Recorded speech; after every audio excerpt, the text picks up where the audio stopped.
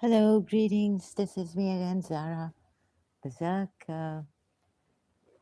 So, a little bit about my health, then I'll go on. Unprepared. There was a person who came here. I suspect, I don't know if it was a setup against me for like Ex-Shia Ex-Muslim. And always at the end of the month, water also.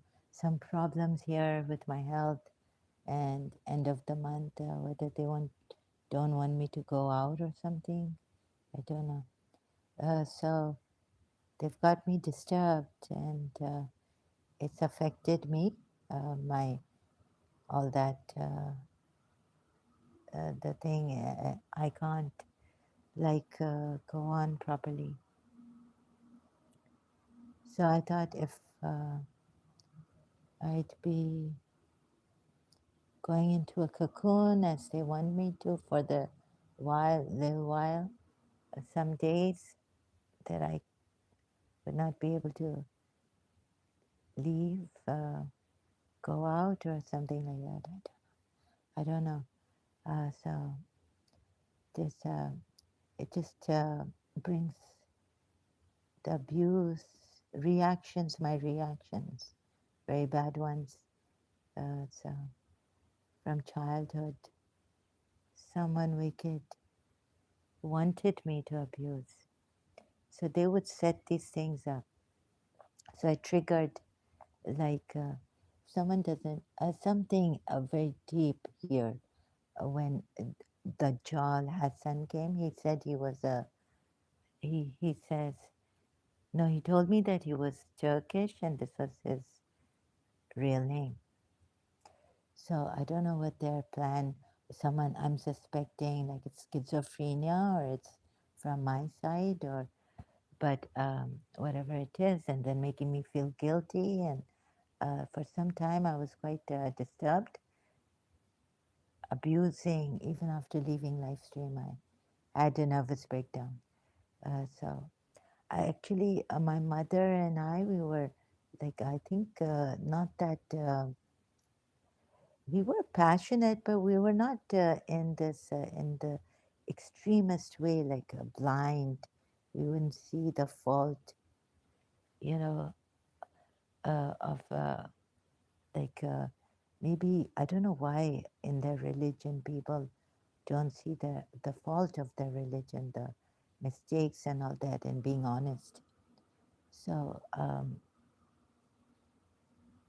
something in the background going on, sorry. Yeah, so this live stream is not going to be that great. Uh, my voice is coming loud and clear, I think. So just checking that. Thank you, subscribers, for being here. It's going to be a very turbulent journey as my health, and you know that I have schizophrenia and all that. So very, very simple, simplest contradictions actually. Now, the thing is that if you can't understand this, then sorry, I cannot hold your hand all the time and show you like from nursery and all this. So this person, Dajjal, I call him Dajjal Hassan. He came and there's something behind him more than meets the eye. I felt. I don't know. I could be wrong. So I showed him a very simple contradiction, as he says that people have he even accused me of misquoting and um, misunderstanding or misrepresenting or misunderstanding the Quran ayahs. And then he got me afterwards. I was going to recheck. So in that madness, like, so I couldn't answer him properly, and I felt guilty on that. But I don't think that I have to go out of my way to uh, like tell you what the meaning of contradiction and explain to you like from uh, the the day you uh, were taught this word in school, what is contradiction or what is ikhtilaf, what is in so going step by step. I mean, I can't do this, and so um, you have to do that. And so, if you don't understand the simple contradiction and the meaning of contradiction, and showing you an example from the Quran ayats, the simplest contradiction, then it's not my, I mean, I just have to cut off from you. And then I have banned this person from coming here. Okay, so there's a very simple contradiction here. Is in Surah Maida ayat, 55 ayat of Surah Maida. Your only guardians are Allah. The word that should have been concentrated on is only. So this a very important one because it means if it says you only your guardians are also this. So what is contradiction and then what is the only meaning? What is innama in this ayat, right? You need to understand what only is. So it means that no other, the exception, the 50 Surah 5 55 means with the exception of angels being your allies. But in Surah 41 I 33 we see it states angels are your allies, so this is a contradiction in the Quran ayat. So this and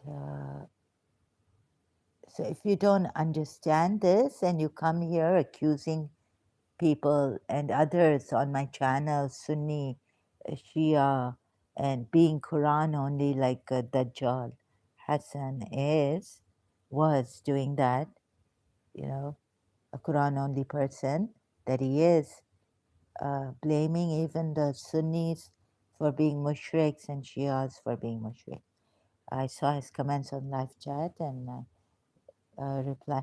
Sorry, I couldn't. I just went weird, really crazy. So there's some really brutal, like if you, it's for me. This is brutal. I wouldn't do this to people, anyone. Accusing people, like going to Ismailis, let's say, like for I'm a 12er, if when I was a 12er Shia, going to give them trouble, like what is this? No, there's a way. In my 12er Shias, we believe in Imam Musa Kazim and not where the Ismailis and the Shias, 12er Shias departed, right? And so there's a schism. Now, I'm sorry, my style is very different and normal. I don't go to people's pages and wherever I find the opportunity now. Now is the opportunity, and this is not the way to ask people going there when you find an opportunity, Facebook or YouTube, Smiley's page or channel, that you go there and you start saying this, you know, start blaming them like that. I thought there's some ethics.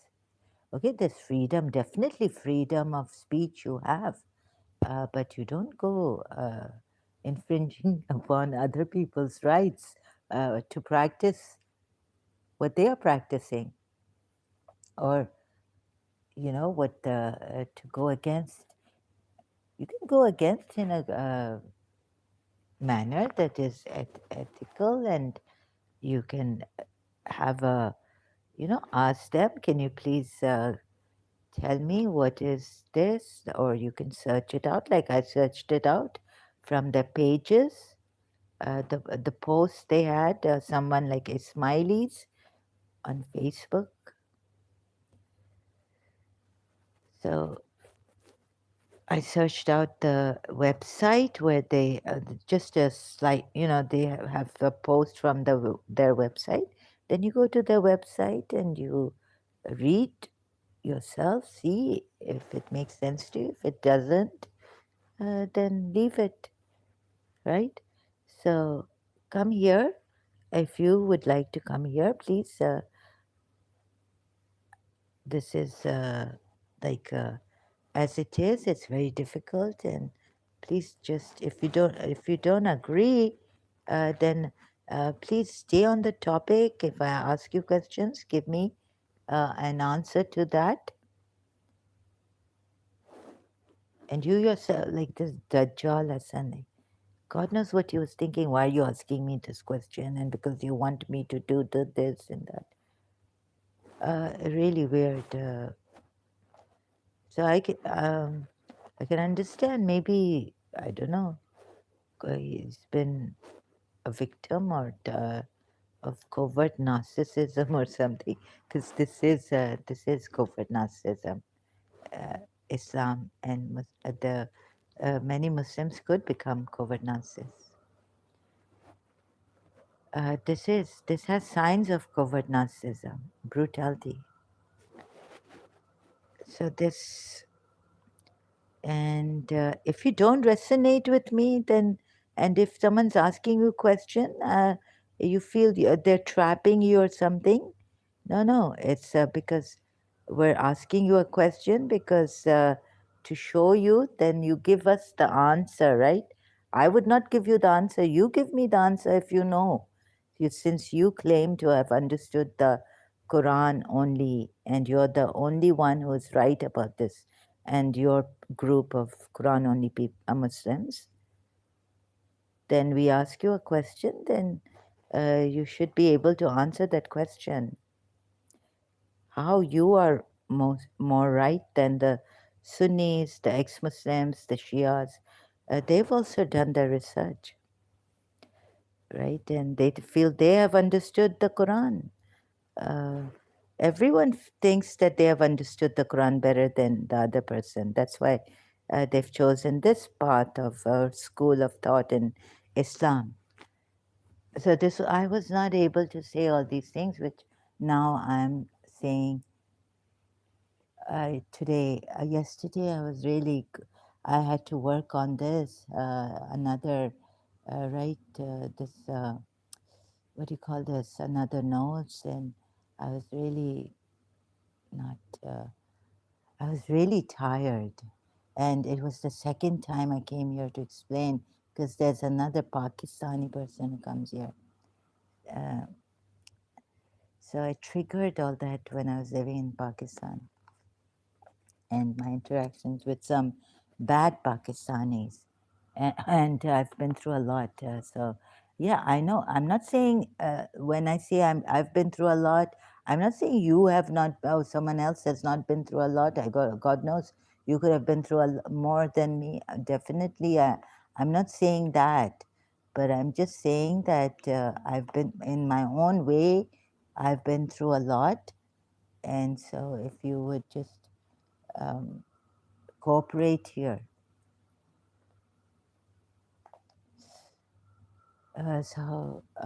Very difficult people to. I understand there are. Not that I agree. I don't think sometimes I understand how people covert narcissists and difficult people to deal with. I do understand them. So this.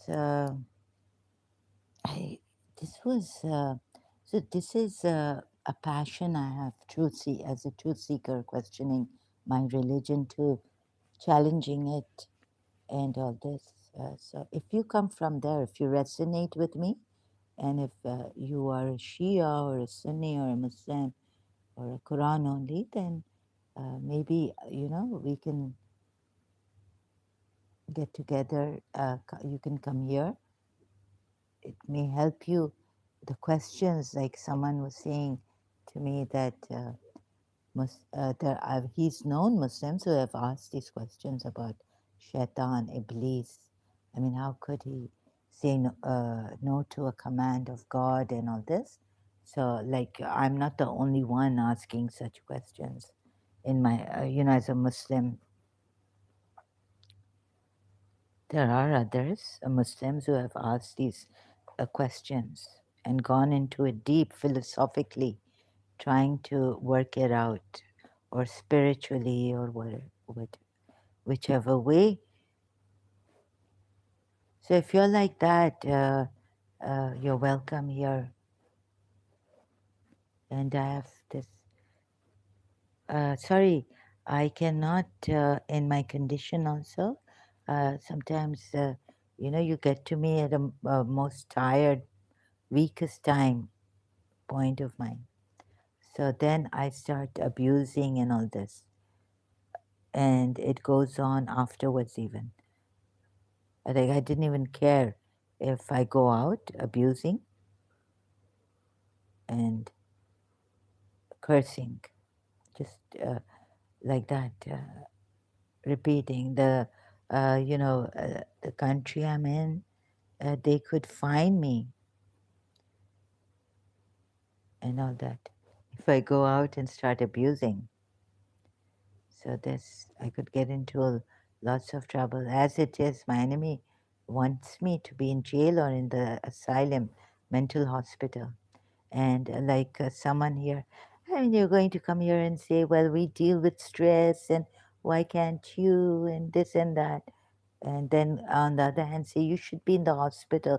So this is what the enemy wants, that my mind should be dulled, give psychiatric medications to her, and not be able to go out, isolate myself, and be in a cocoon. So I've taken a brave step today in this condition to come out again.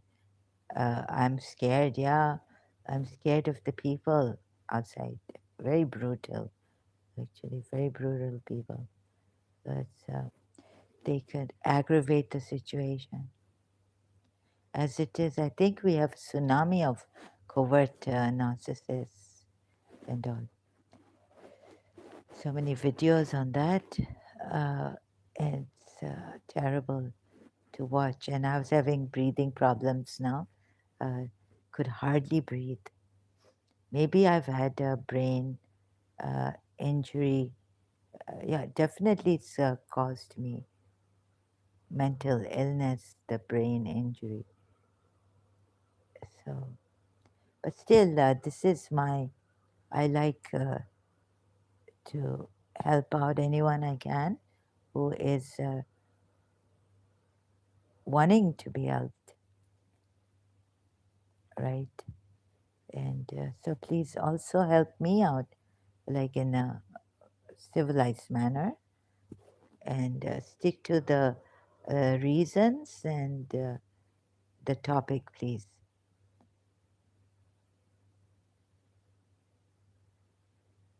So as I go, I'll make my rules, like when I have to block the person, because my condition, and when I should block that person.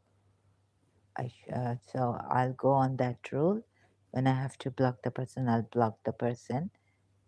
I think I should do it without, and be very.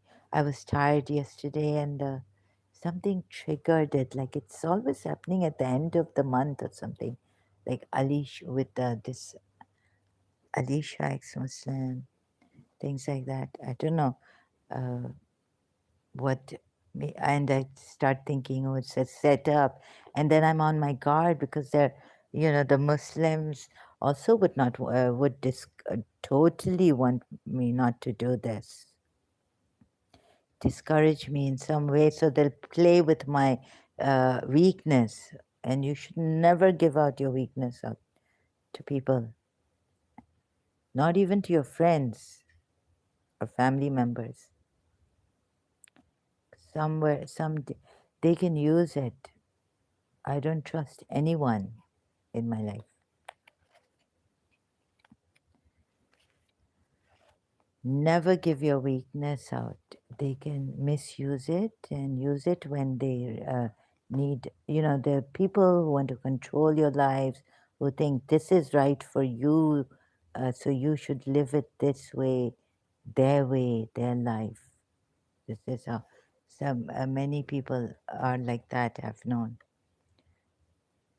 But we can never tell. Like in the beginning, they're very, very good PR, the PR, public relations. They're like, but someone like me when I was reserved and I was, so people would say that I look like, it's either my way or the highway.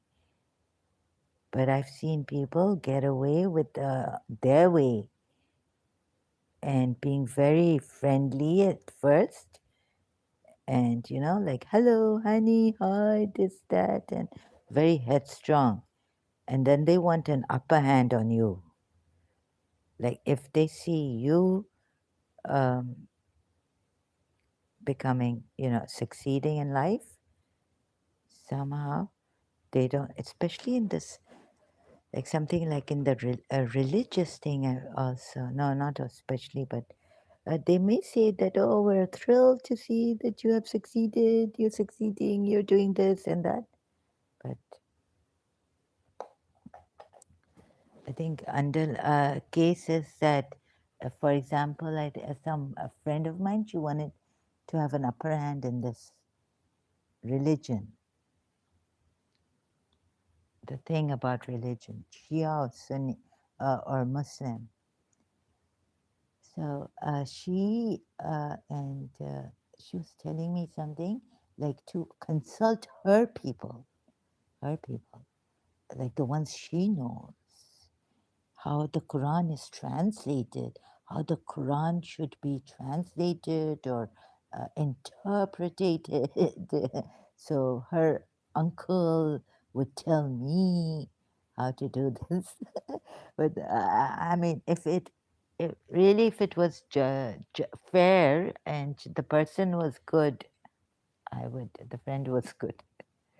Well, what do you say? I would say that, I mean, how do you say that? If this friend I felt was honest and didn't want an upper hand or something, but I found that she was unreasonable. Unreasonable. You see, I would never tell her. I told her I have my religious alims, I can consult my Shia alims, but she felt that she has this Sheikh Mamu and and his wife and all that thing. So, the jalabia and they will tell you about the jalbab and the whether this headscarf is allowed or not, and all that.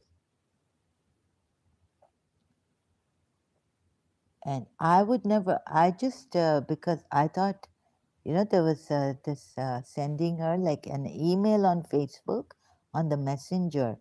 At that time in Karachi, I didn't have a phone, like the messages would come and we didn't have a separate messenger for Facebook. So I thought I was just sending her emails because she told me about something. And then I said, oh, look, I'm in this and here. So I felt she wanted to get her upper hand.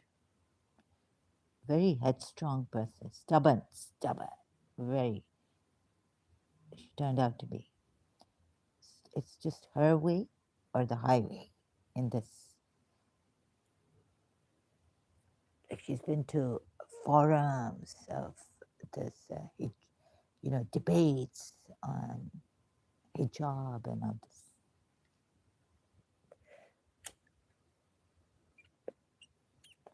So really weird people.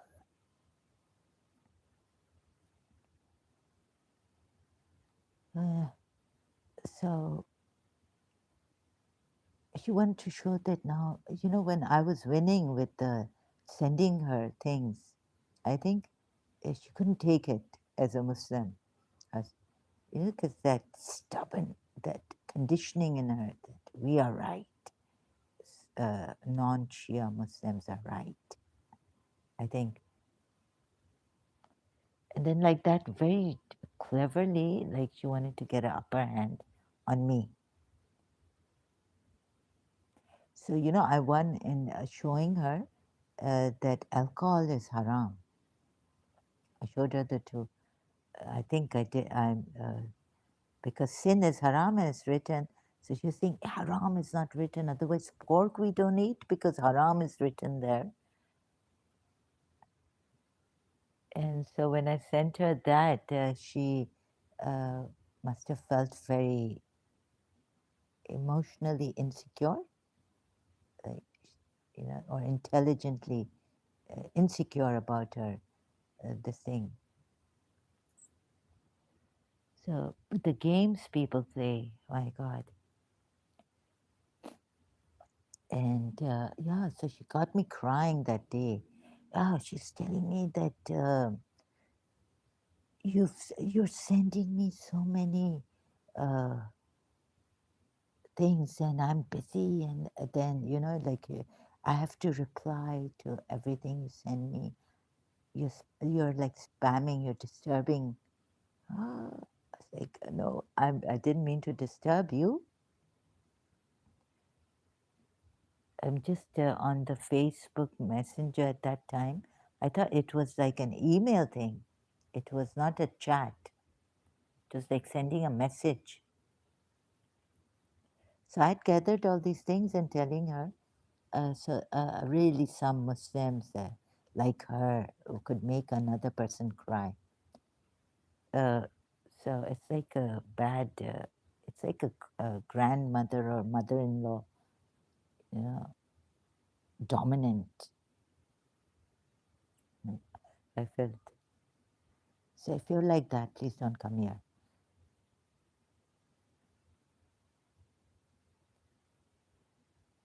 So this,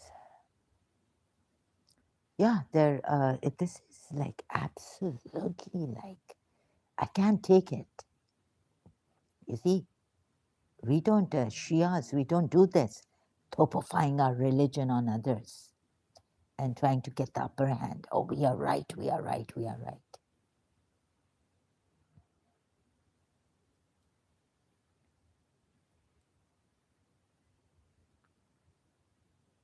Thank God, at least one day she realized that she doesn't even, year 2000, she doesn't even know Karbala, how Imam Hussein gave what, 6 months old. She's like, yeah, okay, I'll look into this matter.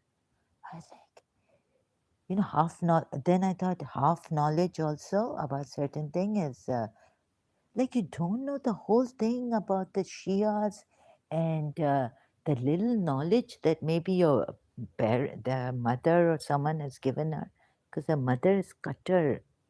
She's like totally against Shias and all this. She's very staunch Muslim.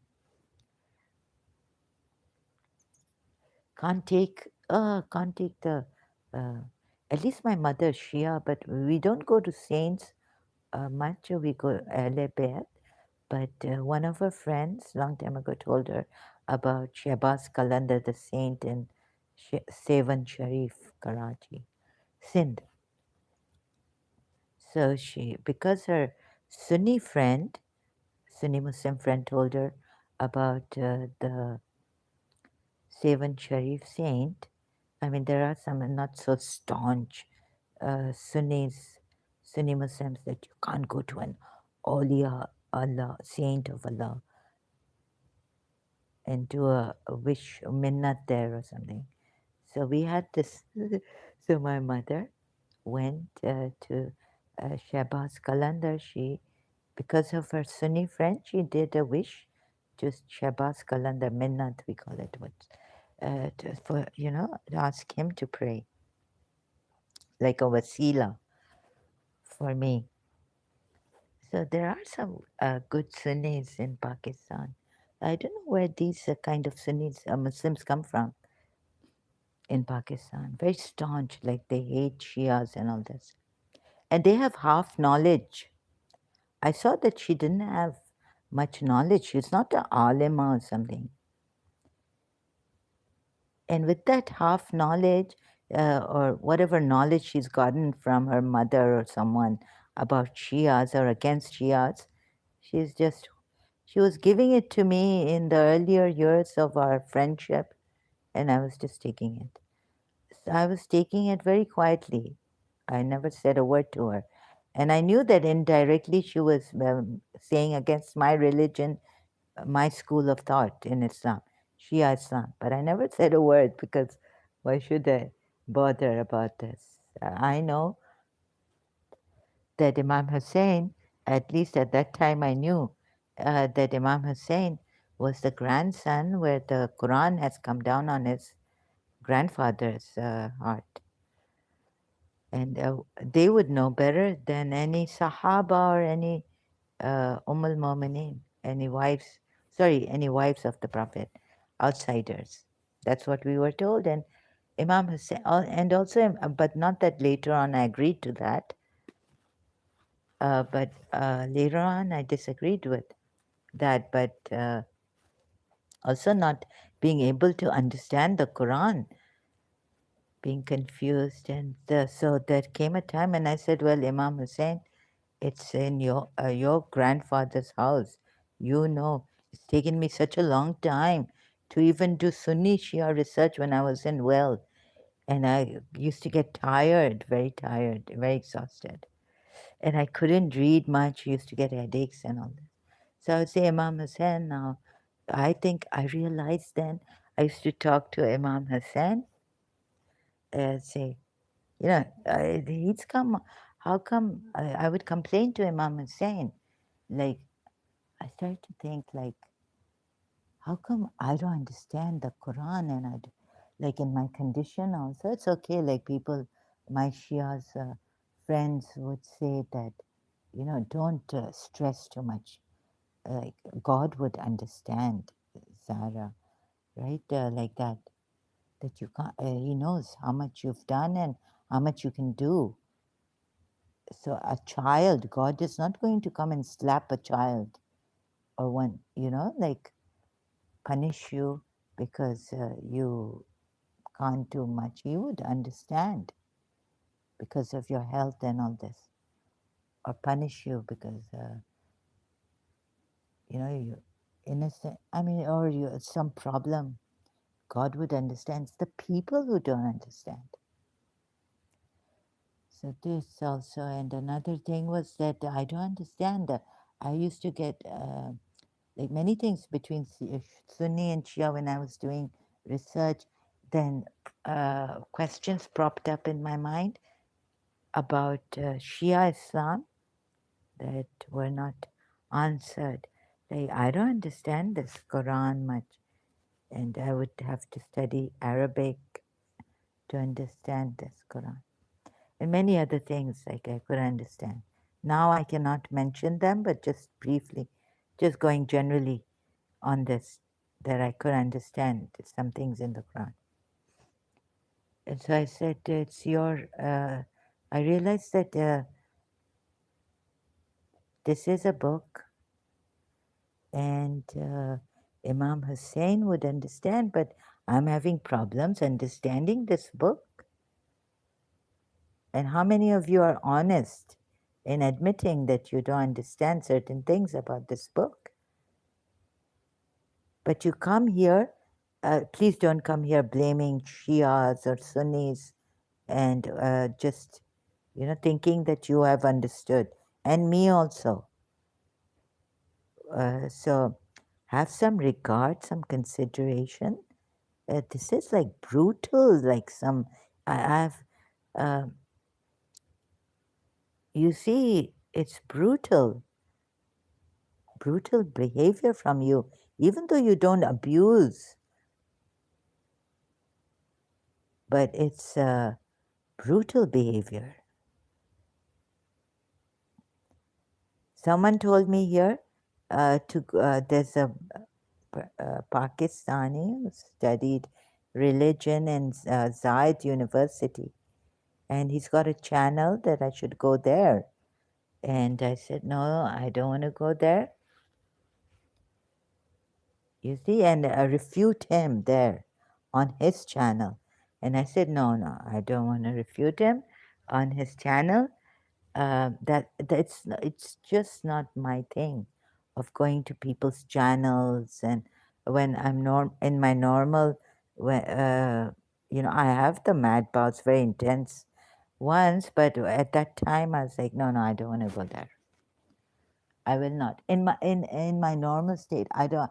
When I'm abnormally like I have to, then I go out and say things right at people's channels. But in my normal condition, I wouldn't. I wouldn't even trouble my religious scholars. About my health, my friend's friend told me that you should write an email to this alim of ours. When I had gone insane and all this, I needed prayers. And I was like, it took me a long time to at least, how to write to a alim in the beginning. Like, it took me some time as I was hesitating, thinking how to write to an alim. So I don't like to trouble people. And this also very difficult. But you see, I've read, like if they say if good people keep quiet and not do anything, then that's also not good. Like if you have something, good people, or yeah, the saying says that if good people remain quiet and not help out, then that's also not good, right? It's not good. So the bad people will be trampling and doing all the bad things. So good people, come up, please, and raise. I mean, at least you know, start. What do you call that? Raising your voice or speaking about things, not raising your voice. Yeah, in a way, but it's we say it like that, right? It's raising our voices against atrocities or things, betrayal, covert narcissism, like that, for people. So I'm sorry, I don't, in my normal state, like people not understanding. And with Zalmi, he came before, like he made me, I already had a bad moment with him. I had to come again. So I've had a past with him here. And I don't trust this person. And if you don't understand when I'm doing this very difficult part, then please realize that some people have worked hard and consider their health, the hard work and everything. So if you're going to ask me something like a very fundamental question about Shia Islam, I will not be able to. I was so tired in this, proving contradictions. This is the third, fourth note on this. I'm trying to make it more clearer. So I cannot help people. Or sometimes I feel that I have to be on my guard because there are distractors here. They come only to distract, not to learn or listen, although they may be saying that, oh, yeah, like Zalmi house here, I'm listening and all this, but they don't really care. Doesn't seem like it, that they have any care or concern or about what you've done here, right? So please, if you have some questions like about Aliun, Waliullah, please stay on the topic. As it is, it's been very difficult for me to talk. It's like my every cell is fighting against. each cell. Each cell is fighting against the other cells in my body. So this was a great topic for me. I felt that because it uh, tells me that there is hidden polytheism like for instance, from Shia Islam, my Islam, I could understand what they were saying. For the life of me, for many years, I kept that ayat in Surah Tahrim just confused. I didn't know what they were saying, what wives. I'd read the ayat and I wouldn't understand the ayat. What is going on here? And then I was told that the wives were annoying. Then I was like, why wouldn't the Sunnis see this, that the wives are annoying the Prophet? So they're out of being believers. And another thing was that he prohibited himself.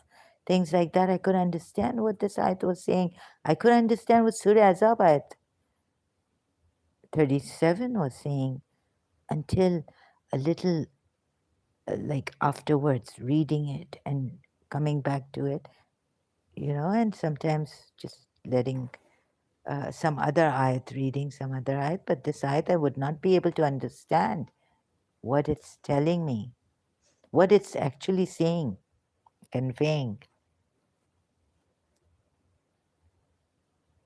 So the point is that I'm being honest here, saying that I would, as a Shia also, I would not be, even the Sunni side, I would not get it, let alone the Shia side.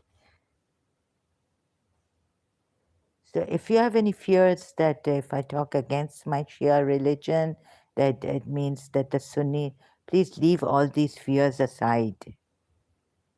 Yeah, there are brutal people. We can't help it. I mean, we get brutal people from Shia Islam too.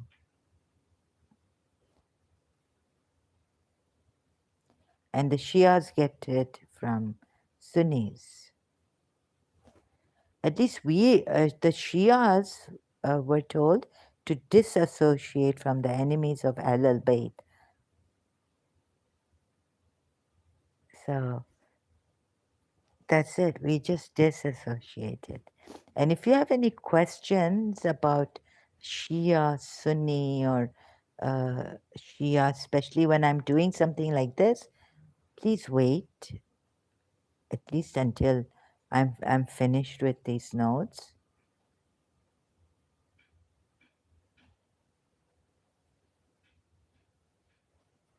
So, and the thing is that I could understand, and now it's becoming clear, thank God. So this means a lot to me. I don't know if you ever in the corner of your mind ever had that what's wrong in polytheism? Like would God punish polytheists? Or as a Shia, like if what's wrong in going and lighting a candle when the Sunnis raised this issue against our practices? Or what's wrong in when we can have Imam Ali as a wali? What's wrong in polytheists not having a like wali, a master, a guide? And how could only this prophet come to Arabia? He was in Arabia and spread this Islam thing when only Arabia got a prophet. How come in his time also, like there could be, shouldn't there be many messengers? So like that, um, like there could be many messengers at one time also, because population, there are many countries, continents. Why did God just have to send one messenger when the message got to him and when it started to spread? Just so when I couldn't understand the Quran being a Shia in English, the language that I read and write, and you know, then how come it's like there's something missing in this religion, holy scriptures? There are people who may not be able to understand properly, and then questions like, why one prophet and God knows what? So why would God punish polytheists so severely? Because they falsely worships, like have not fully estimated God in its full estimation, and yet maybe intellectually they're low, but when they worship an idol, they do it with the heart, right? Or or do we just need God? So many questions like this, like why would God just punish them for even? But suppose those who sincerely worship their idols, thinking they're sincerely going, taking them close to God, not wanting anything in life, would God punish them? So then I caught this person and his Allah, and I feel yes, the so many questions and no answers to this religion and prophets and messengers, one messenger at a time or one prophet at a time. So what I this is so more I've caught him, and you can see that this is not right. This religion thing, also in scriptures and all that, God should have sent something else to guide the people. Surah Sajda 13, like he doesn't guide the soul. I think he should have guided the soul directly. So this is all. This was great. I could show that look against polytheists, because the questions before, not because I am, oh, I love, oh, this person, a Hindu, you know, oh, he was that person, he's Kalki Avatar, and he's all that. No, no, no. These questions were coming up about against polytheism when I was a Shia. You see, if you have had this thing, blessed, graced with the sense of justice, if you've ever been graced by God with the sense of justice also, you say, Mike, that our God, you know, the supreme God, why would you want to punish these polytheists? Maybe they're childlike and they've got God like, oh, this is our God. So, or this this is our God. This, or they can make their God and say, this, you are my God. Or the teacher, they can say, oh, you're my God. Or their mother.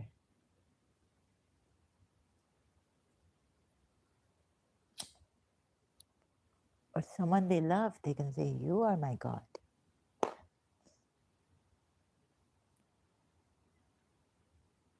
So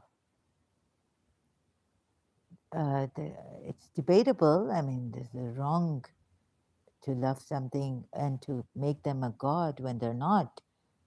And the temporary life is temporary here, and this, it's a testing journey to our final abode, perhaps. People betray you in love also. You think it's love, sometimes it's not love. It's a emotional, it's a need, or it's a want, or it's something. So all that I understand, but I feel that still um, there could be, why would God punish them so severely and call them ninjas, and then the killing of the polytheists from, Another thing was that when I realized that this was a revolution, and sending letters, so to the kings and all that. And when I saw the letters sent to the kings by Prophet Muhammad, I was like, is he, sorry, God, I don't understand, right? Here I am a Shia. I haven't got the whole, the Islam. I haven't read all the books. My Shia books I haven't read. I don't know the names of all four of my Shia books, apart from the Quran, right? I just know one name, Al Kafi, Shia book, authentic one. So, and I know Najul Balagha, but that's not a authentic Shia book. So many problems like this, questions. So it's not that recently that I love someone. I assure you, but how can I assure you? I can't. You can't trust anyone. I wouldn't say that. But I don't go on. Uh, I had male friends. I did not ask for attention. I wasn't a attention-seeking person. Truth is, as far as I can, do I take pride in this or do I just value? I just value the truth. Like we used to take pride in Imam Ali because he was the pride of Islam. And he was the most, we felt after Prophet Muhammad, he's done a great job in Najul Balagha.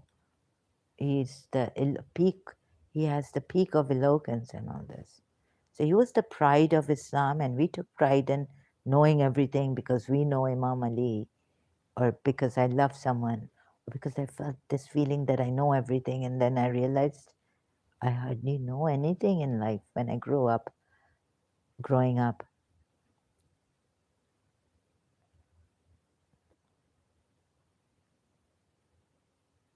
But as a child, I even told my teacher, I know everything.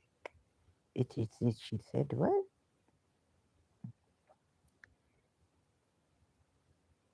So like that, then I realized that I don't know anything. I don't know the people. I don't know this life. I hardly understand what's happening here in this life. So this was one thing very important. I caught him. Like, I can't put it in words. Like, policies against policies. It's wrong. It's totally unjust.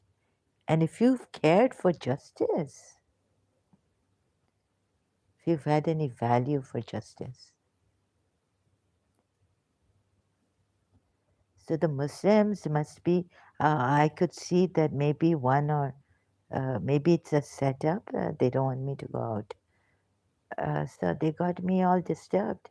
Unfortunately, if you put your life in other people's hands, then they can control. They have the control, the remote control. Even, I would not wish anyone to go mentally insane and put their lives in the hands of psychiatrists.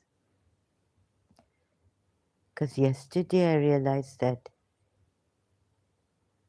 um, you know, not even psychiatrists, your life should not be in the hands of a psychiatrist, even if you're mentally not well.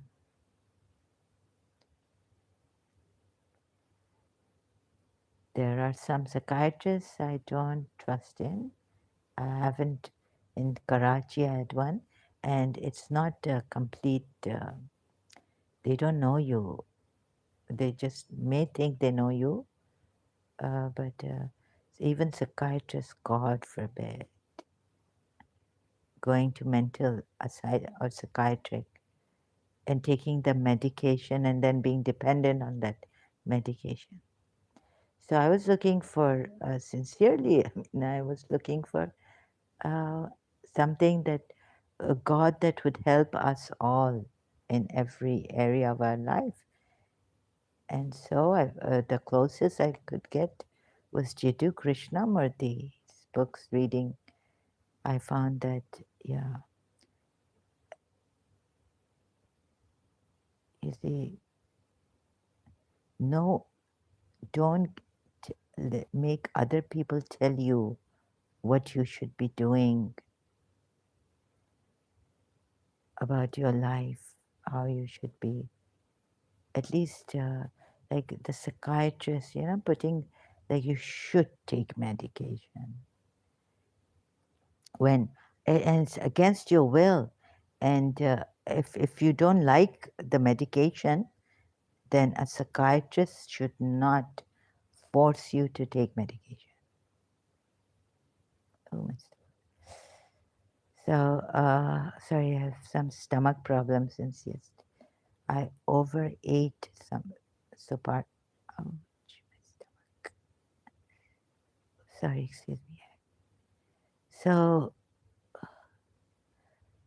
psychiatrist, the medication and all, they should respect your decision. Ouch, my stomach. What's happening? Sorry, excuse me. Okay, don't, a psychiatrist shouldn't force people. Medicines are not good. I don't agree to medicines. Psychiatric medications. Problem with understanding the Quran. There's only one ayat I've found here. First of all, Prophet Muhammad himself, so now on this topic now, problem with understanding the Quran. So I generally saying that all, I don't know if you, as a, have I said it? All Shias are bad or something like this? And Shias are liars? Sunnis are liars too, because they have that taqi also, they're liars. So, but you coming here and telling me, I'll definitely not like it. I may be unfair about that, but yeah, accusing me. Well, you see, this person, Dajjal Hassan, he first accused me. So then I realized that when he says Sunnis are mushrik and Shias are mushrik, polytheists, I realized that his generalizing was wrong. And he himself is wrong about his Quran only. How does he think he has understood the Quran when your prophet was in doubt? And God is telling him, so if you are in doubt, O Muhammad, now whoever puts Muhammad here, what would the Quran only people put? I don't know. Maybe you are in doubt, believers. You would put believers. So whoever he's talking to, God is conveying this message to. So if you are in doubt and you don't put, oh Muhammad, okay, you don't put, oh Muhammad here, you're a Quran only person, then you don't know who he's talking to. Maybe those in doubt, okay, at that time. So if you are in doubt about that which we have revealed to you, now those in doubt, would this be revealed to them? Think about it, right? This part is very important. Like as the Quran said, you have to go through the Quran research. I haven't researched. So when the Quran says about that, we have revealed to you, who does he mean? The doubters or the believers or Prophet Muhammad? Then ask those who have been reading the scripture before you. And now you have to be very careful. Every word here. So if you are in doubt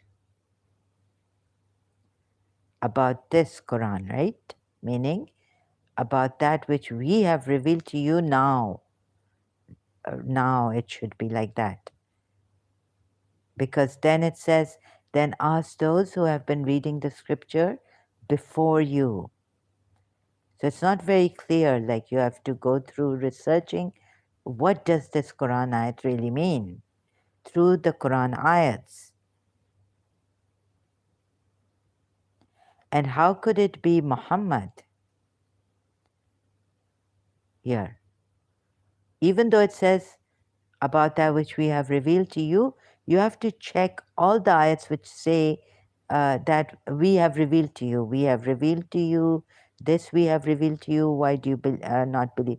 You have to see how God has put whoever is the author of this book has put it for whom.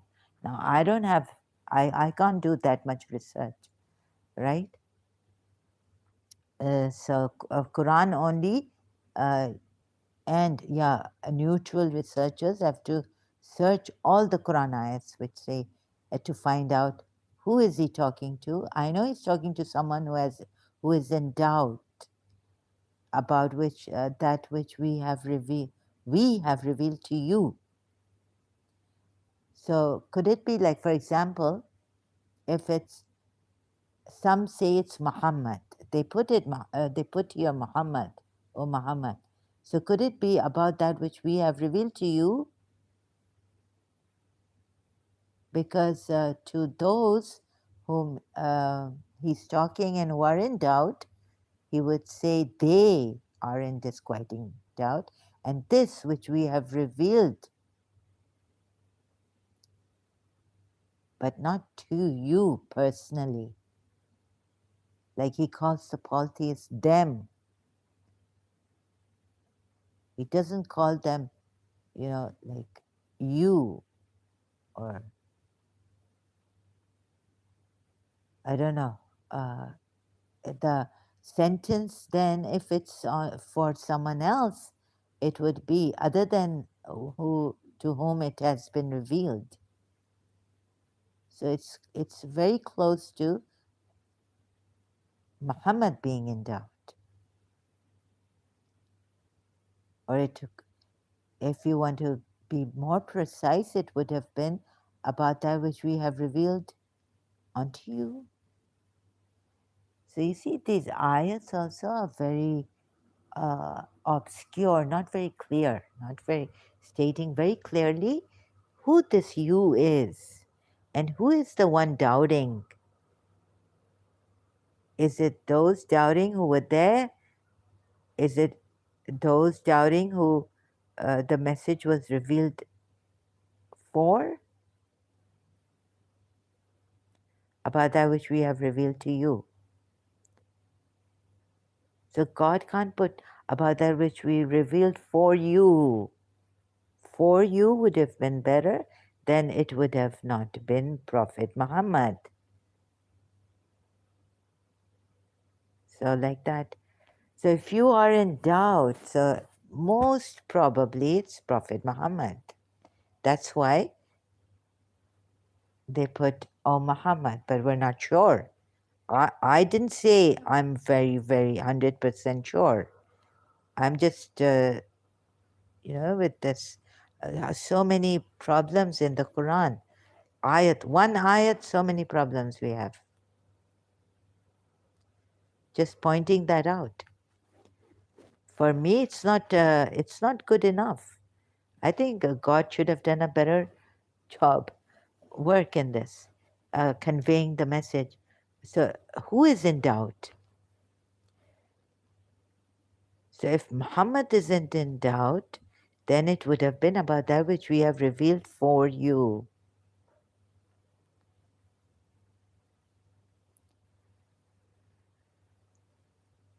Shouldn't it be like that? And yeah, we don't know. Can we ever be sure? No. We can come close to saying it's not Muhammad or it's Muhammad, but we cannot be 100% sure in this about that which we have revealed to you. Then ask those who have been reading the scripture before you. Problem comes up that ask who?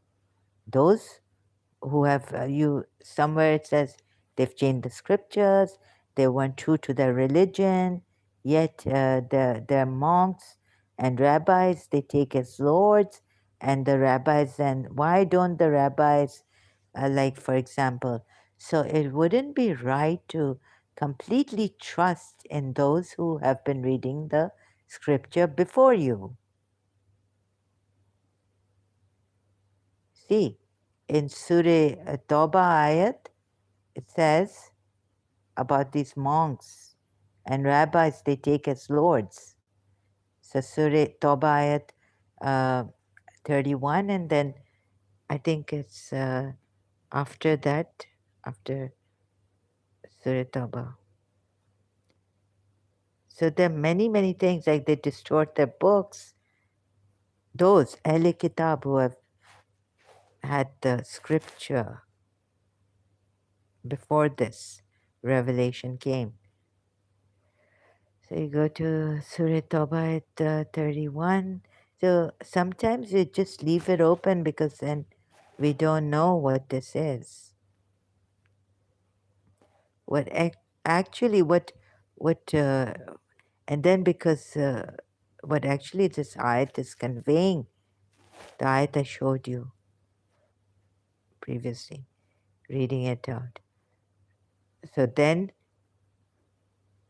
they want to extinguish the light of Allah with their mouths. But Allah refuses except to perfect His light, although the disbelievers dislike it. It is He who has sent His messenger with guidance and religion of truth to manifest it over all religion. Although they, although they who associate others with Allah dislike it. Oh, you have believed this, yes.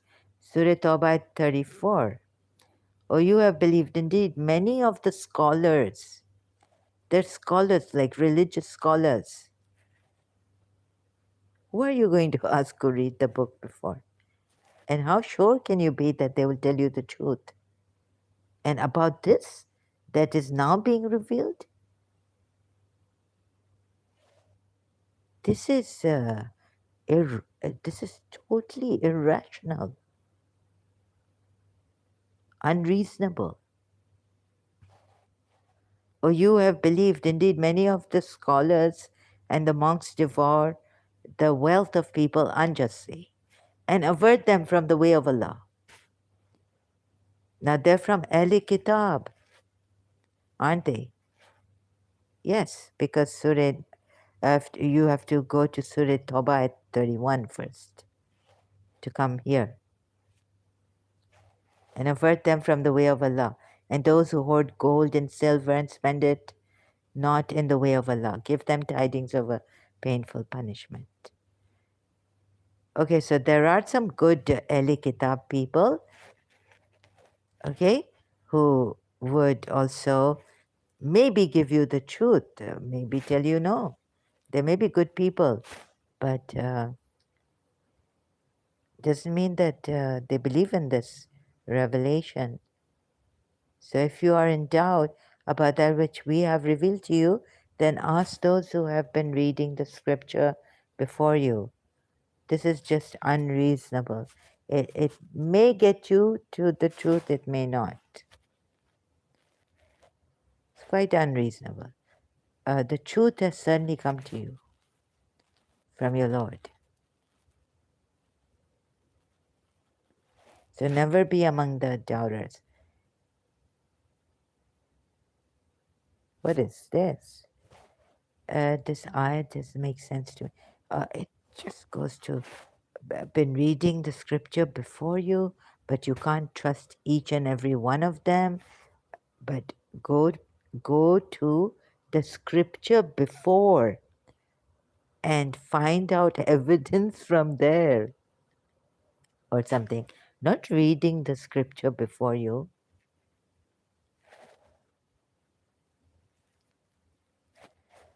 Surah 10, ayat 94.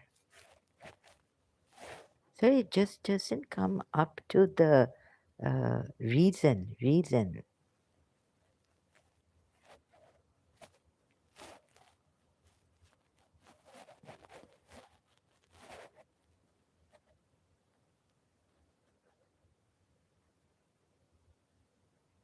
God.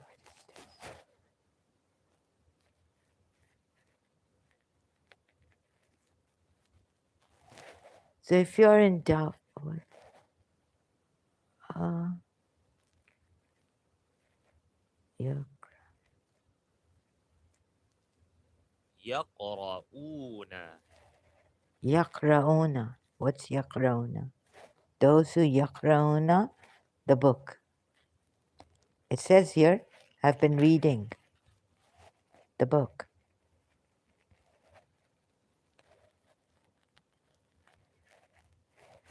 So if you come here with such like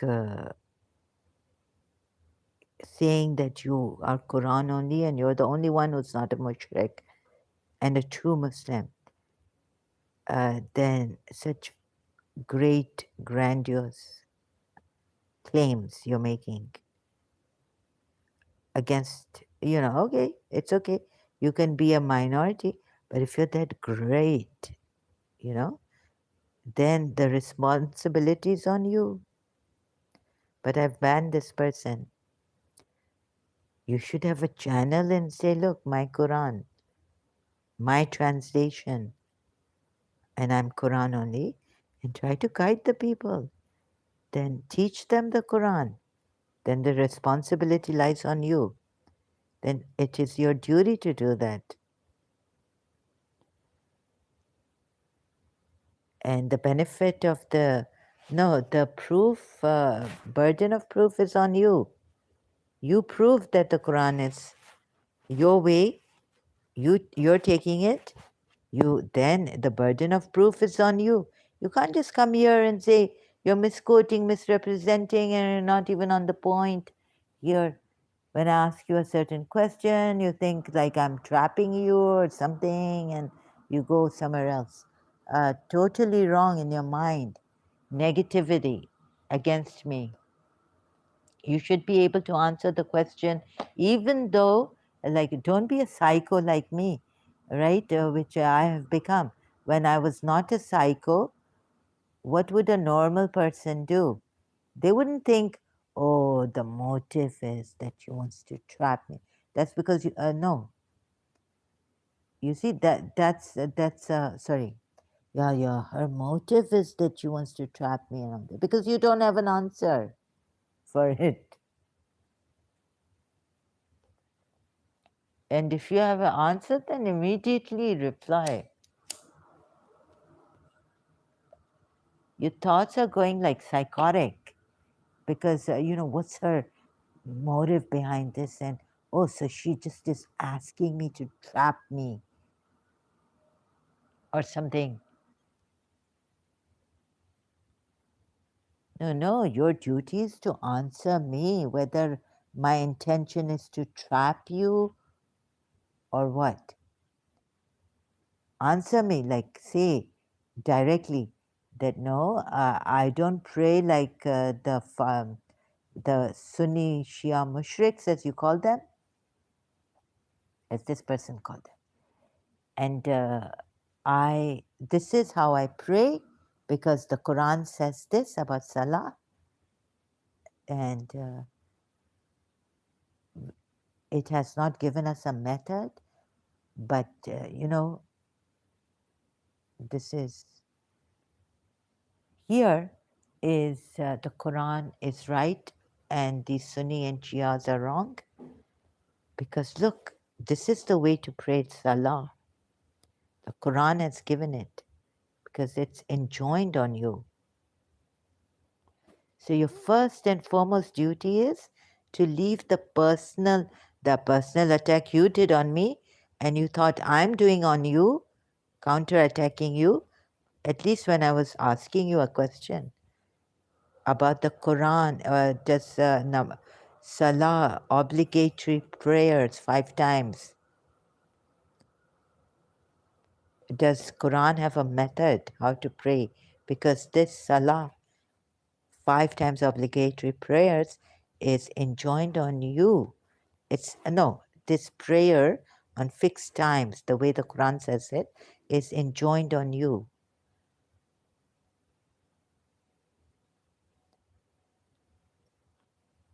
So how that answer I didn't get from this person.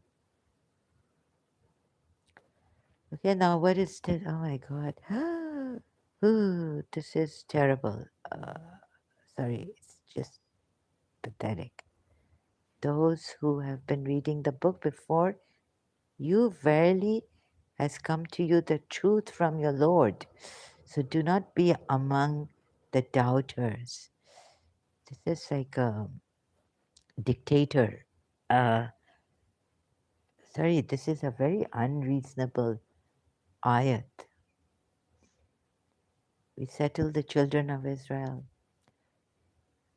After this comes children of Israel. And never. This is a disorderly book.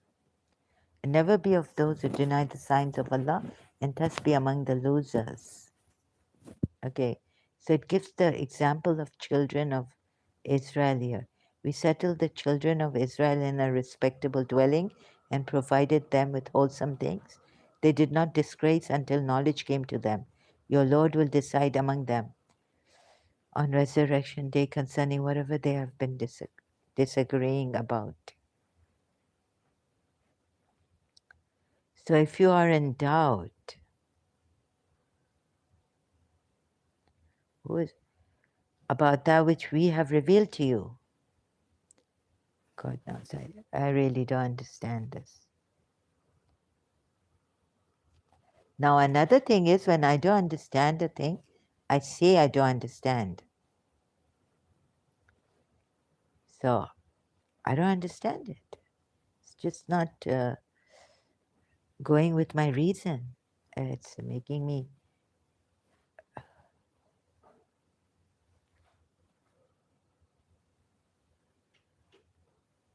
like it's disturbed me. It's shocking. And so, no, I don't understand.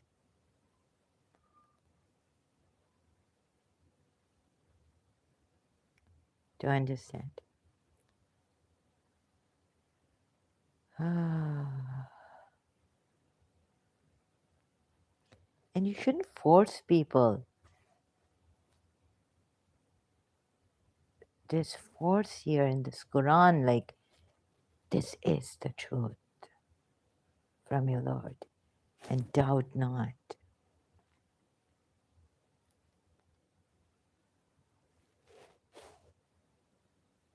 So,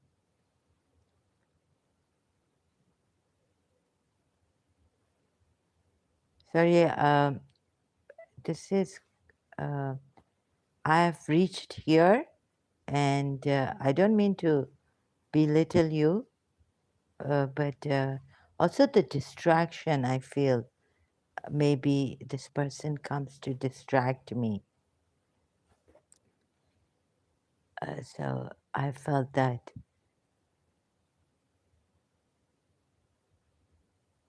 problem. Where is it? Proving contradictions.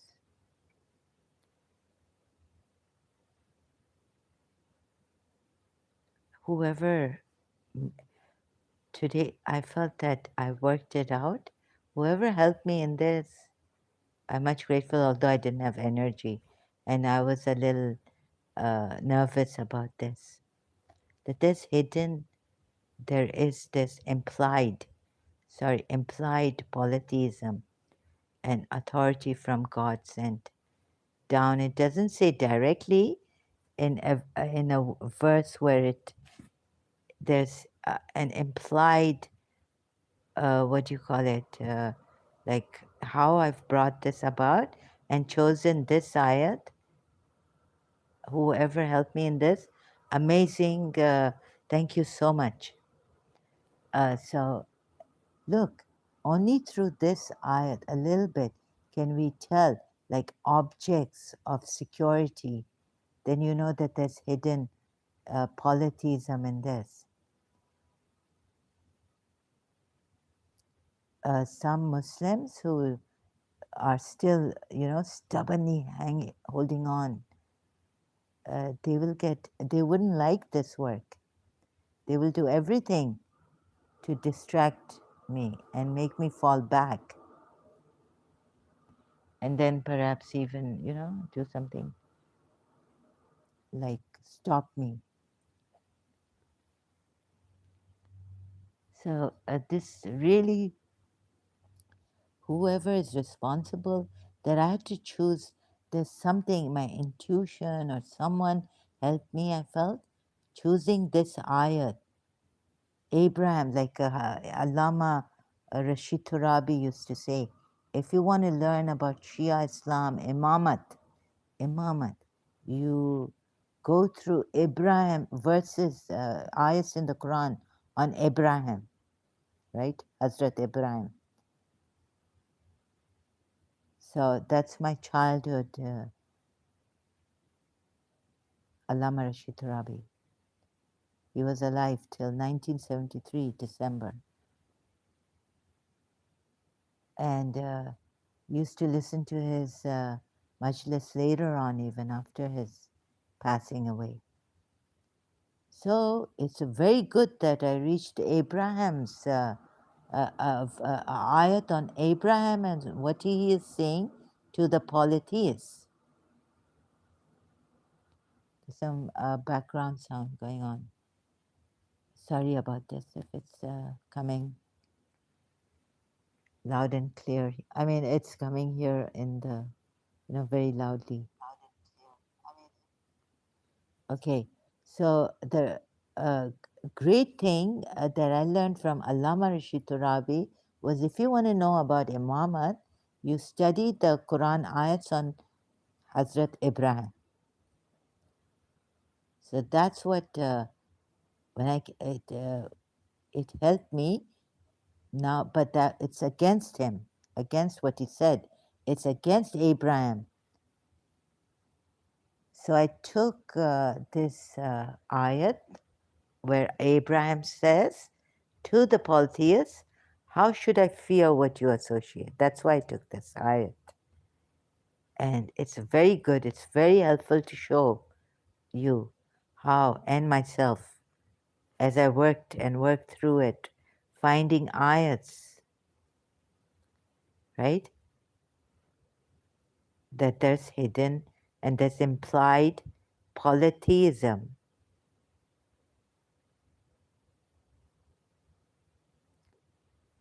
So very few Muslims would want me to succeed in this. Or at the end of the month, they wouldn't want me to go out, or they've got me house arrested. I don't know. See? Shia punishment.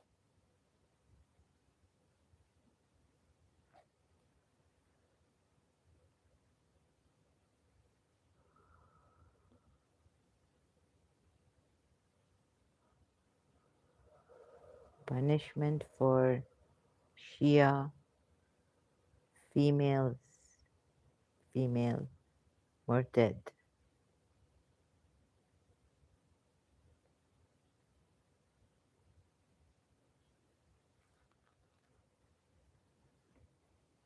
Who are publicly doing this still.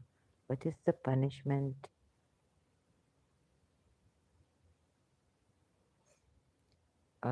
The Prophet or any of the Imams to be punishable with death. If a blasphemer is a Muslim, so a blasphemy case would be also on me. Forget the murtad, yeah. In Shia Islam, it's death. So, God knows, maybe solitary confinement. Maybe they're disturbing the living daylights out of me, using my weakness. So, or maybe I came earlier on and the timings, then later on. These people are quite. Social media is like that. You could come at any time. But the people don't realize that I've come. How many times have I come here on that yesterday, on this, after having worked quickly, because then I would have forgotten so much, in my mind also, that I'll say it like this. because it's a bit difficult. It's very difficult for me to explain. I had to write down these notes. So you see, Abraham is the father of monotheism, and then that's why I took this ayat, Surah 6, ayat 81. And how should I know what you associate, while you do not fear that you have associated with Allah, that for which He has not sent down to you any authority? And I also think that there should not be any changes in the laws which go against, which have been uh, recent in this revelation against the polytheists. So you can look at the very recent ones against the Makkan polytheists, but I started with the at the time of Abraham, and at that it's still the same. The law hasn't changed against polytheism, sorry, polytheists. They're ninjas. Surah Tawbah ayat. So I didn't have to take, like, I don't think these ayats against polytheism have been abrogated. So that's why, because there's just one ayat, very, very direct, that polytheists are ninjas. So please see that it's, I think, Surah, no, I don't know which one. Right? Polytheists are ninjas,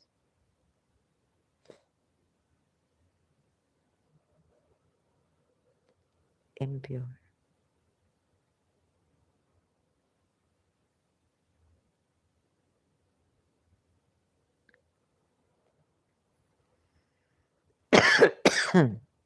Excuse me. Oh, you have believed. Indeed, the policies are unclean. So let them not approach.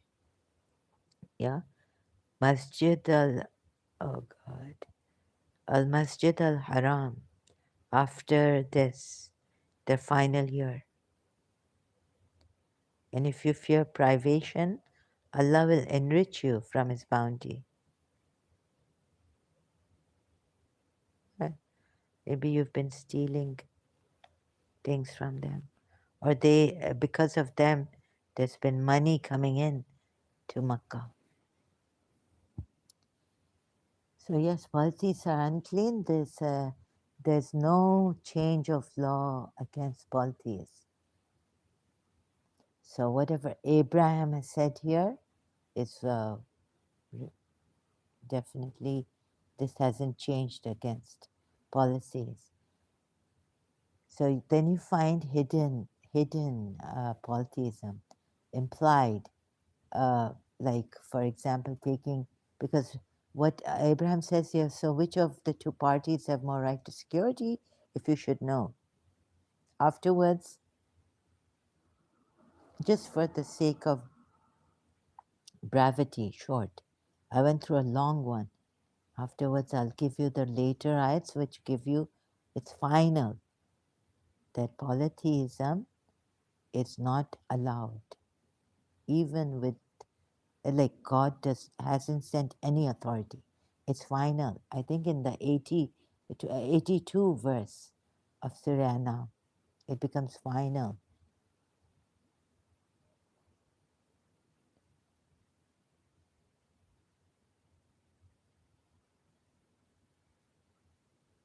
So this,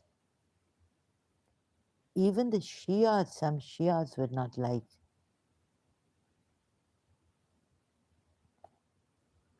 the stubborn ones, I think, from us, would not like me to bring this out. This completely reveals in other ways that Islam has polytheism in it. It reveals two other verses by taking this verse. Shafa is there and all.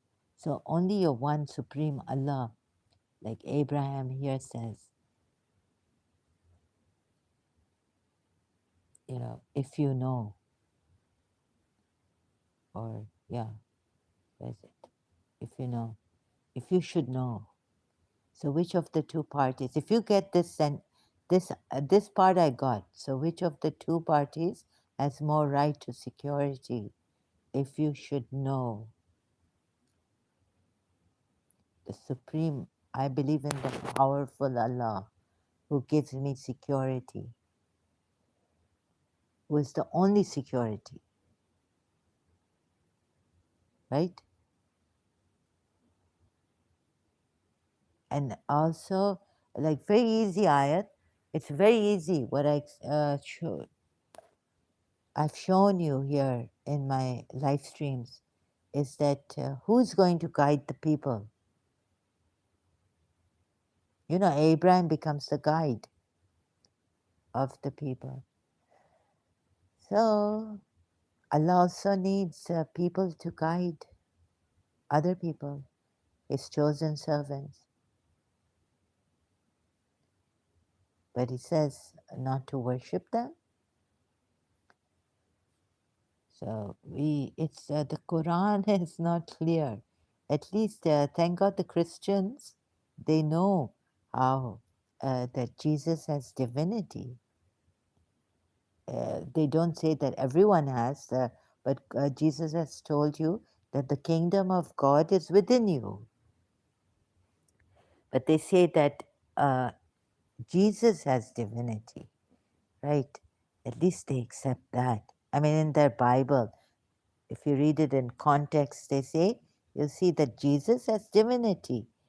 And yet, this Quran is such a lie. Actually, you're worshipping, you have to worship. And what do you know what consists in God's? You have to worship. Okay, there's an ayat in Surah Takwir, but let me give you an ayat in Surah Fat. Uh, Somehow that day when Islam Shredders was here, I think I did some copyrights infringement or what. Thank God I was going to YouTube and to show the, what you might call it, live chat. Uh, it just stopped, just ended, finish. I don't know what I did. So maybe accidentally it happened that my live stream ended. And I went on and on and on. So I wanted to show the help Islam Shredders gave here. For that, I'm grateful. And I think I was saying that in the end, it didn't come. And I regretted Jerome's help, side notes that Jerome had come here giving side notes. I regretted not showing those comments in the live chat by coming. This is the only way I can show the comments, by coming on YouTube and showing it on the screen like that. But I can't put the comments on my screen here directly. I have to go to YouTube and to my live stream from this place. So this was the problem I had. And the regret I had is that I didn't show the comments of Jerome and Ramji. Ram came. So in one of my live streams, I didn't show their comments. Now, where was I going? A very important point I missed. So, where was I? Ibrahim. So, I mean, I've forgotten now where I wanted to go. Which ayat was it? How I should fear. Those who associated others with God would say, had Allah willed, we would not have associated others with Him. Abraham was a guide. So follow his guidance. Follow, no. And worshipping one. You see also this, sorry, Surah Fatah.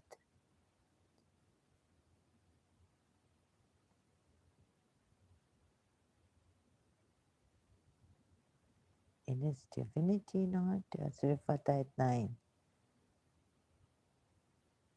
So let's see.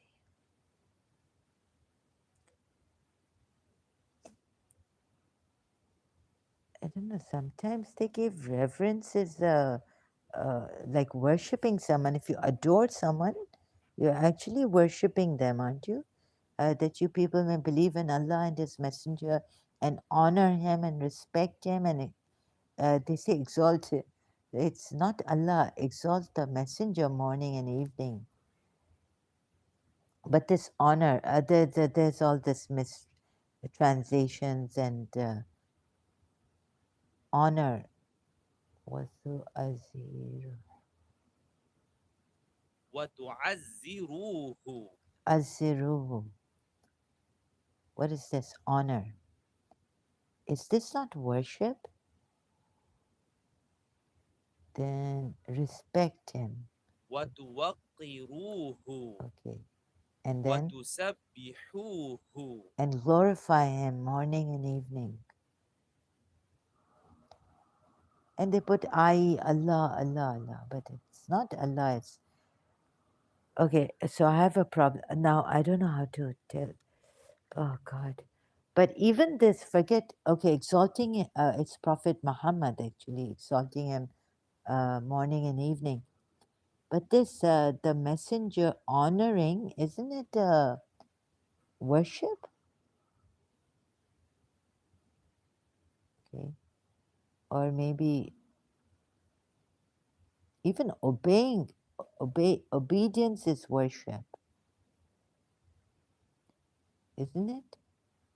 Some Quran.com and under some ayah said that worship and obedience, okay, it's a worship and obedience to none but Allah. So then Surah Nisa at 80 says, obeying the Prophet is equal to obeying Allah. So then aren't you worshipping Allah? And then if you leave Sunni Islam and go to Quran only, that's the problem. Your problem, not mine. Now that you may have, oh, my ears. I think I have some problem.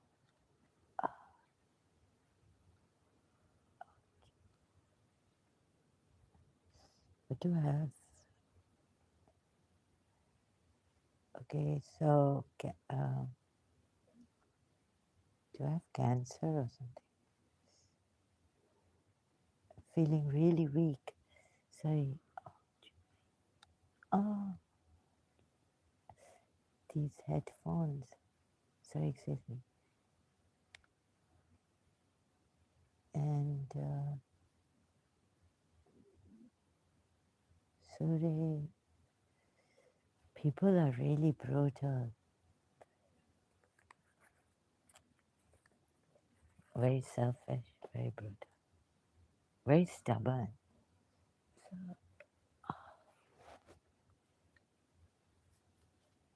In your Sunni Islam, Quran only people, very stubborn people. Why is it like this? Some of them very staunch, very stubborn. Very stubborn.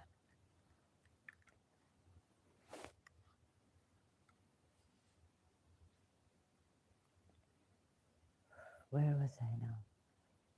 So it's really killed my performance that Dajjal Hassan, Quran only person. And another thing is that here,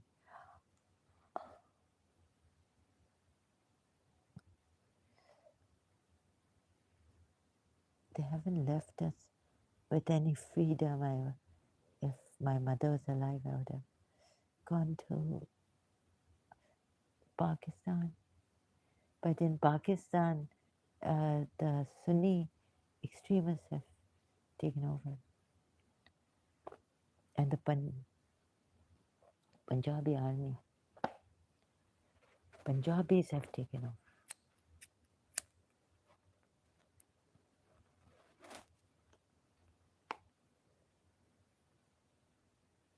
So, okay, where was I going? On, oh, let's see, reverence definition, or is it adoration? That's why they didn't want me to.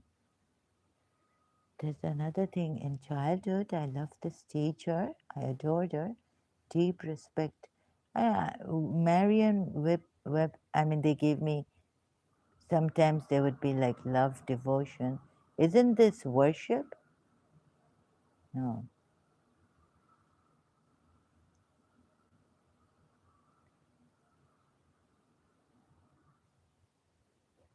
Reverence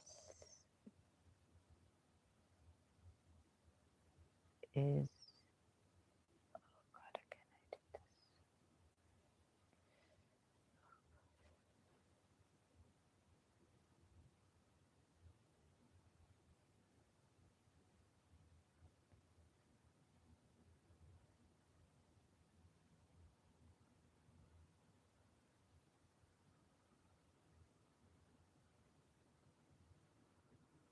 Oh, maybe worship combines love and reverence in a state of devotion that draws our. Okay, these foreign. I don't know what it is in my religion, ex former religion. I really can get adored.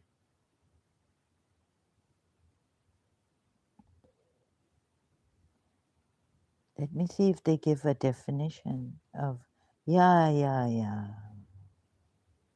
Marian. Yes, yes. Adore is worship. This is what my father was saying, that you can only adore God. You can't adore a person. To worship or honor as a deity or as divine, to regard with loving admiration and devotion. Second, so my father would think that number one, the only definition for adore, right, with no copyrights infringement, and then what's the to be very fond of. So you see, the problem is that this Prophet Muhammad and his Allah,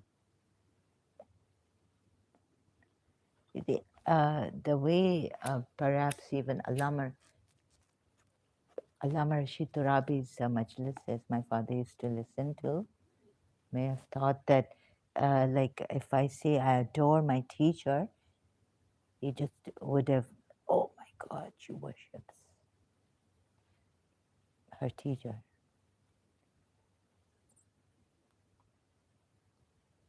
This is the problem. They just jump to these kind of things.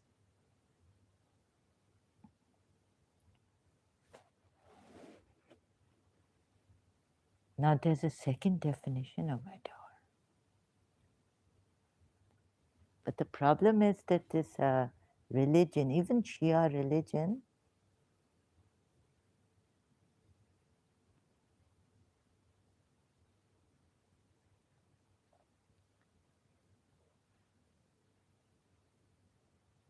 so in a, okay, adore could mean worship.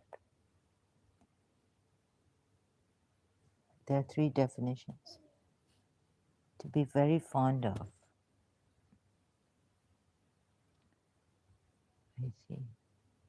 So adore doesn't necessarily mean that you're worshiping a person.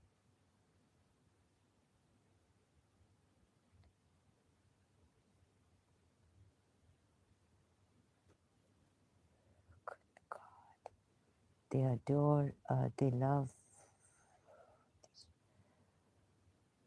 Oh God, they love whom they worship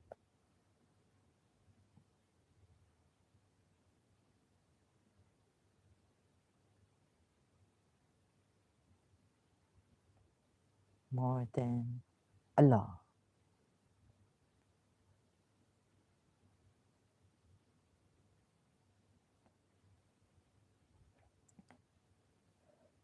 Yet there are men who take for worship others besides Allah. Take for worship others besides Allah.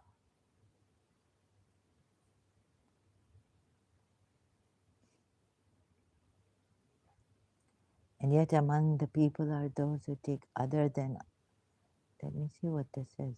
And among the mankind who takes from besides Allah equals. What's this? They love them from besides Allah equals, yani equals to Allah or equal to them themselves.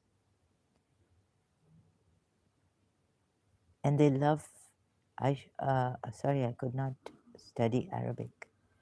They love them as they should love, kahub, hubbi. They love them as they should love Allah. Oh, so among them, the mankind who takes from besides Allah equals.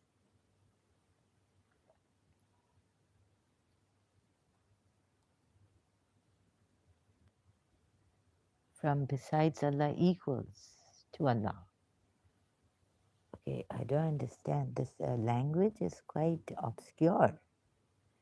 And they love them as Allah, or as they should love Allah.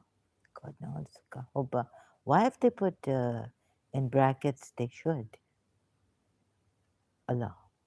And those who believed are stronger in love for Allah. Hmm.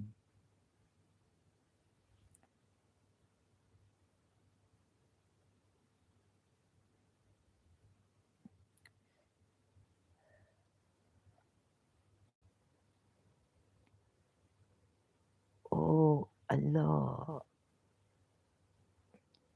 if Ali, if I don't, if Ali doesn't come back, doesn't come back,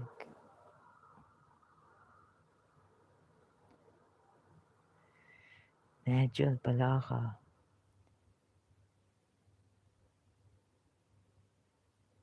don't let me die. Oh Allah. No, no.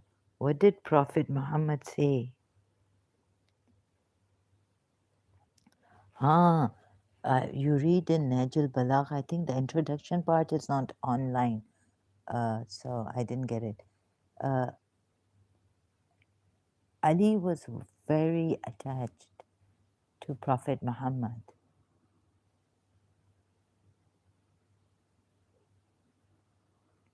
Isn't this shirk? Isn't this, oh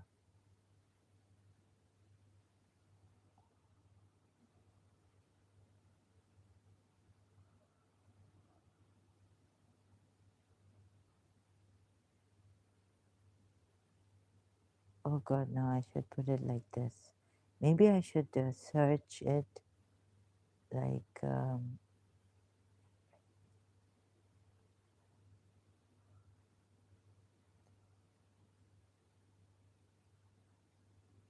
very attached.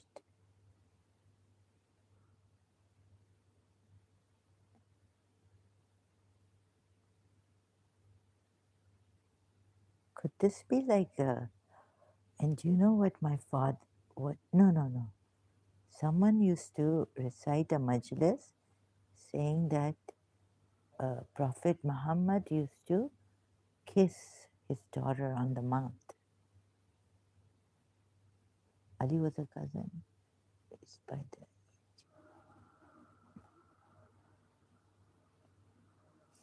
it's not here, I can't find it.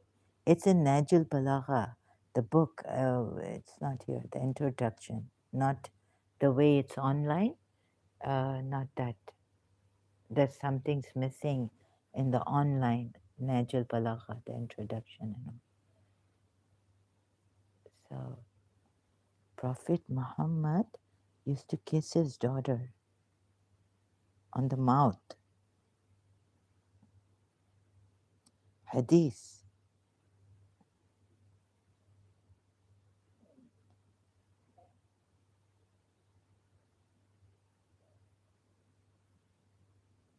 God knows where these Shias found.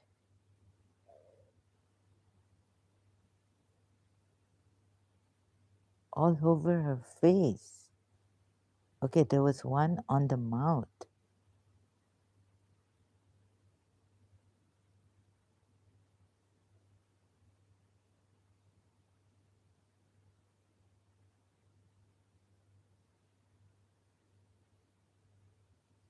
Yes, this is only it's about Islam. Dot.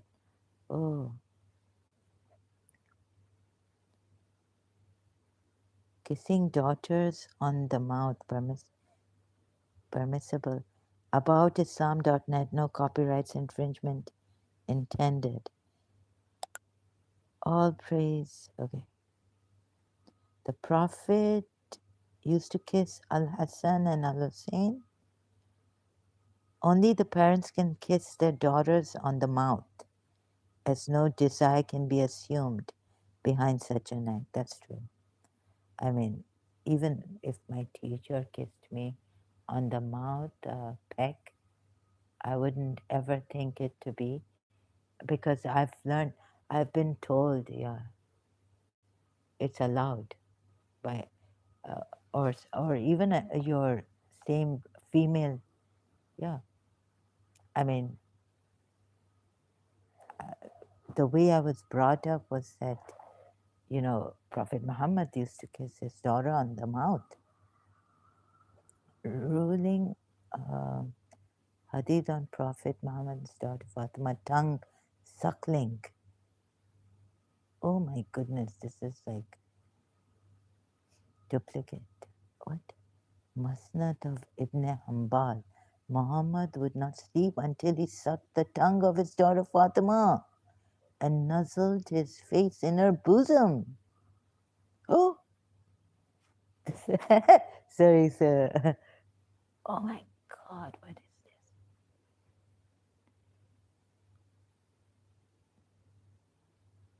Oh my God, he's also, this is, what do you call that? Incest. If Musnad of Ibn Hanbal, who was not a Shia, was told, isn't Ibn Hanbali school? Oh no, this is Musnad, I don't know.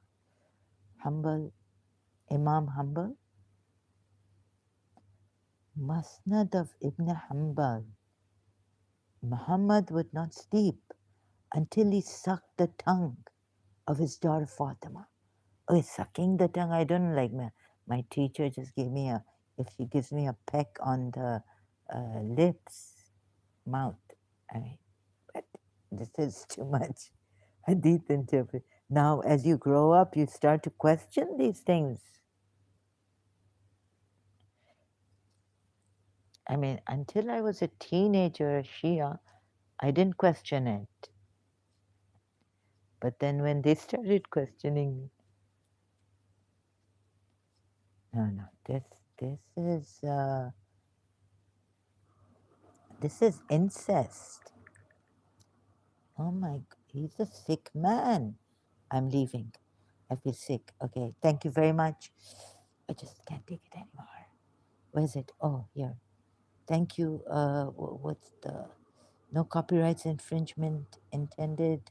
Islam.stackexchange.com. Sorry, I'm a little bit. My health is not well, mental or physical.